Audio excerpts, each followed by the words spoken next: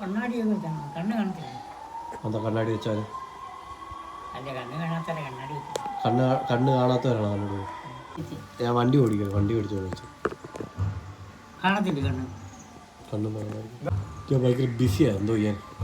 ചോറുണ്ടോ? ആ എനിക്ക് എപ്പോഴും പരിപാടികളുണ്ട്,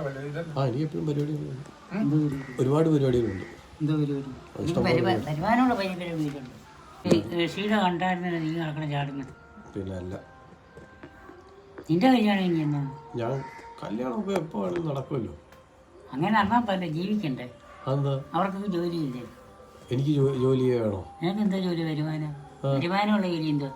ഒരു പെണ്ണിനെ കൊണ്ട് ജീവിക്കാനുള്ള മാർഗം എന്താ? പെമ്പിള്ളേർ ക്യൂ നിൽക്കും. ക്യൂ നിൽക്കട്ടെ, പക്ഷെ വീട്ടിൽ വന്നു കഴിയുമ്പോൾ അവരെ ചെയ്യും.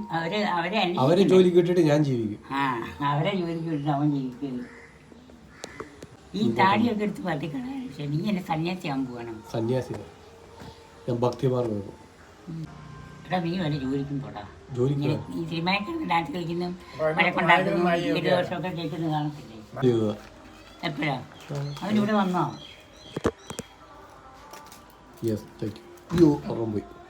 അപ്പൊ ഞാൻ ജോലിക്ക് ഏത് പെണ്ണിയാണോ നീ കല്യാണം പിന്നെ ഋഷി കിട്ടിയത്?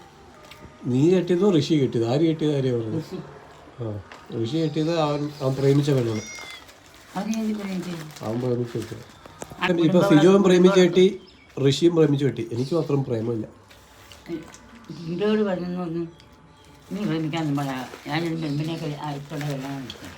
എനിക്ക് പെണ്ണ് ഇഷ്ടമല്ല, എനിക്ക് പ്രേമം ഇതുവരെ ആയില്ല.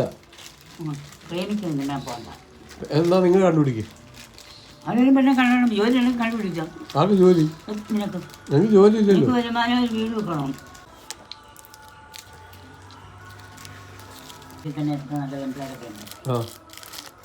പ്രേമിക്കാനൊന്നും പോകണ്ട, വടക്കുണ്ടാക്കാനൊന്നും. അല്ലാതെ കണ്ടുപിടിക്കാൻ പാടാ. ജോലിയൊക്കെ വേണ്ടേ? ആ ജോലി വേണം. അതാ ജോലിക്ക് പോകാൻ പറഞ്ഞു. പ്രേമിച്ചാൽ നിൽക്കുകയല്ലേ, അവിടെ കാട്ടുന്നു.